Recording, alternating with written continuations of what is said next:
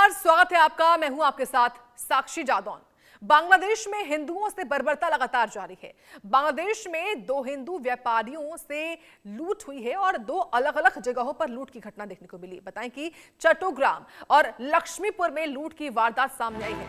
यहां पर नकली पुलिस बनकर बदमाशों ने लूट की घटना के बाद सराफा कारोबारियों की चिंताएं इस वक्त बढ़ चुकी है।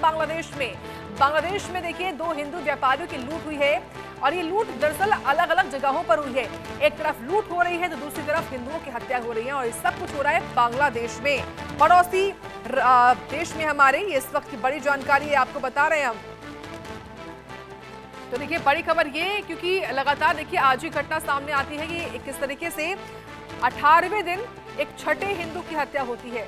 लिस्ट लगातार बढ़ रही है, लेकिन इसी बीच जो लूट की घटना है वो सर्राफा व्यापारियों में चिंता बढ़ा रही है कि कैसे जो हिंदू व्यापारी हैं वो अब डर के साए में जी रहे हैं, क्योंकि अब हिंदू व्यापारी भी अपने आप को सुरक्षित महसूस नहीं कर रहे हैं। वहां पर ये घटना चट्टोग्राम में हुई है और इस घटना के बाद से सर्राफा व्यापारियों की, कारोबारियों की चिंताएं बढ़ चुकी हैं।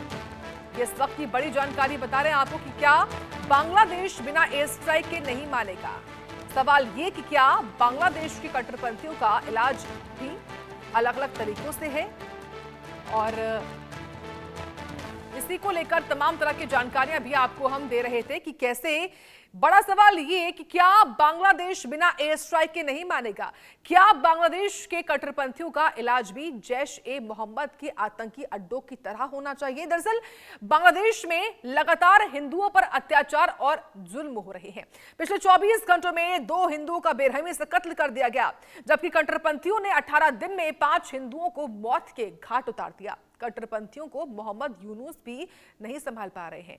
तो क्या वक्त आ गया है कि हिंदू ही की सेना बांग्लादेश की कट्टरपंथियों का पक्का इलाज करे, क्योंकि बांग्लादेश में इस वक्त हालात भयंकर हैं। कारोबारी हो, पत्रकार हो, सारे हिंदुओं पर अत्याचार हो रहा है। कट्टरपंथियों पर लगाम के लिए क्या मोदी सरकार एक्शन लेगी, इसी मुद्दे पर हम खास मेहमानों से करेंगे चर्चा। और इससे पहले आपको कुछ जानकारियां हम बताते हैं ग्राफिक्स के माध्यम से, किस तरीके से जो कुछ इस वक्त हो रहा है, जो कत्लेआम हो रहा है बांग्लादेश में, उससे असर क्या पड़ेगा और वो कब से हो रहा है।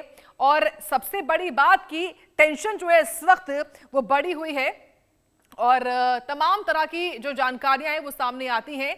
तो देखिए किस तरीके से यूनुस सरकार इस पर कोई कार्रवाई क्यों नहीं कर रही है, बड़ा सवाल है। कुछ जानकारियां आपको बताते हैं ग्राफिक्स के माध्यम से, आप ये समझिए। बांग्लादेश में 3 हफ्ते में 5 हिंदुओं का जो कत्ल है वो देखने को मिला है। जो पहली हत्या है वो 5 जनवरी को होती है। धारदार हथियारों से यहां पर हत्या कर दी गई है मोनी चक्रवर्ती की।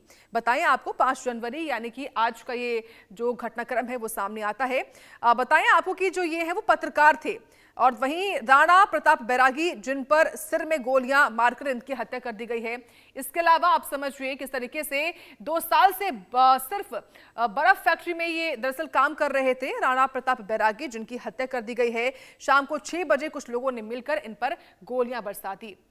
18 दिसंबर को किस तरीके से दीपू चंद्र दास जो कि मैमन सिंह के रहने वाले थे, उनकी हत्या कर दी जाती है।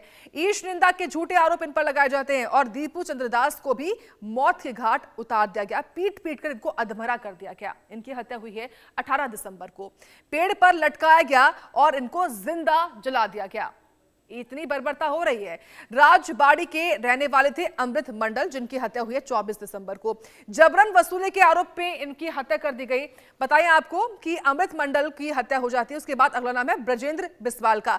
ये भी मैमन सिंह के रहने वाले थे, इनकी हत्या होती है 29 दिसंबर को।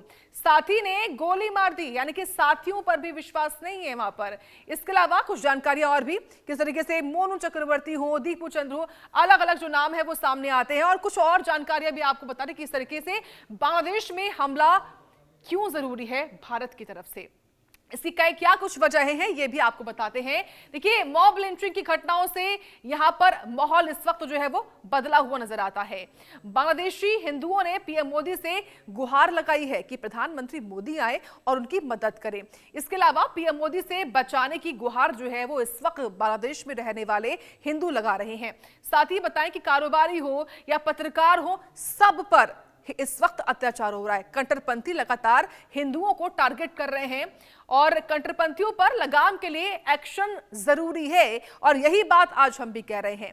साथ ही बताएं कि किस तरीके से तमाम तरह के जो तस्वीरें हैं वो सामने आती हैं इस वक्त बांग्लादेश से। तो देखिए अभी बांग्लादेश में जो कुछ हो रहा है, ताजा अपडेट क्या है, अभी हालात क्या बने हुए हैं ये जान लेते हैं। इस वक्त हमारे सहयोगी रिपोर्टर रैनिक दत्ता जो है वो जुड़ रहे हैं। रैनिक, देखिए हत्याएं तो हो रही थी, लेकिन अब जो ताजा खबर है वो ये कि यहाँ पर जो